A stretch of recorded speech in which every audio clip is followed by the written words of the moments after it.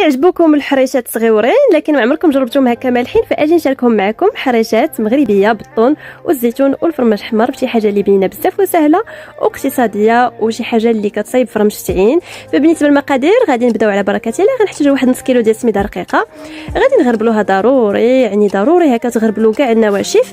عندي هنايا شويه ديال السكر الخشن، عندي معلقه صغيره ديال الملحه، واحد الخماره ديال الحلوه بحجم 7 غرام، نص معلقه صغيره ديال خميره العجينه اللي كتبقى اختياريه كتعطينا قرمشه زوينه. كنخلطوا النواشف مزيان بحال هكا حتى كنحصلوا على واحد النواشف اللي هكا مندمجين. كنزيدوا واحد نص كاس زايد شويه ديال الزيت بحجم كاس عنبه. كنبسبسوا ديك السميده مزيان حتى كنحلوا كاع الكويرات اللي فيها حتى كنرملوها، كنحيدوا منها شويه باش ندوزوا فيها الحريشات من بعد. هنا غنحتاجوا الطون والفرماج احمر هكا محكوك والزيتون، لكن الزيتون ما غاديش نديروه دابا باش ما يكحلش لينا الحريشات. كما شفتوا كنخلطوهم مزيان. بالنسبه لهاد الحرشه هذه راه غنجمعها غير بالماء. غادي نحتاجوا كاس ونص بحجم كاس عنبه. شوفوا معايا كيفاش هنايا بعدا غادي نخلطوا ديك السميده مع الفرماج احمر والطون اللي شفتوا معنا. عاد باش غنبداو نضيفوا الماء هكا، وشوفوا معايا صباعي كيفاش فرقتهم، راه ديما كنشارك معكم هاد الطريقه هذه. بديت بالكاس الاول كنبدا نضيفو تدريجيا باش هكا نتحكم في القوام.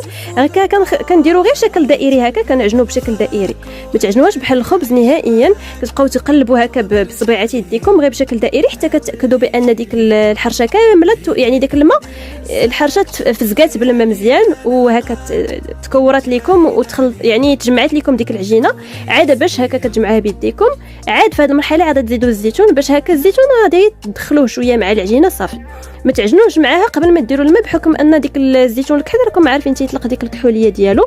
بالنسبه لهنا وجدنا سطح العمل غنحتاجوا ديك السميده اللي حيدناها قبيله مع واحد الغطايه ديال الشوكولاته. انا هذه الطريقه ديما كنشاركها معكم في الحريشات، غتلقاو كذلك واحد الفيديو بارطاجيته معكم قبل من هذا فيه نفس الطريقه، غير هذه المره شاركت معكم حريشات مالحين كما شفتوا نفس الطريقه.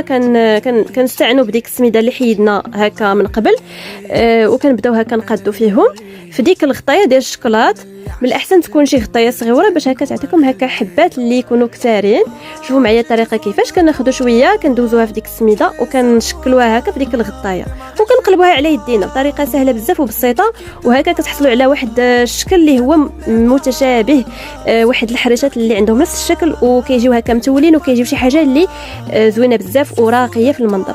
كنطيبوهم اكيد في المقله الوجديه اللي هي خاصه بالحرشه، كنخليوها حتى كتسخن على نار متوسطه وكنبداو هكا نطيبوا في الحريشات ديالنا. ملي نتاكدوا بانهم تحمروا من التحت كنقلبوهم صافي حتى كيطيبوا لينا. وكنحصلوا على هذا الشكل هذا اللي كيجي اكثر من رائع، راه كيجيو زوينين بزاف مع اتاي. هنايا حنا رافقناهم بالزيتون وبالزيت العود بحكم انهم مالحين. فكنتمنى ان الفيديو ديال اليوم تكون الاعجاب ديالكم. ما تبخلوش علينا بلي لايك وتابوناو باش يوصلكم كاع الجديد ديالنا.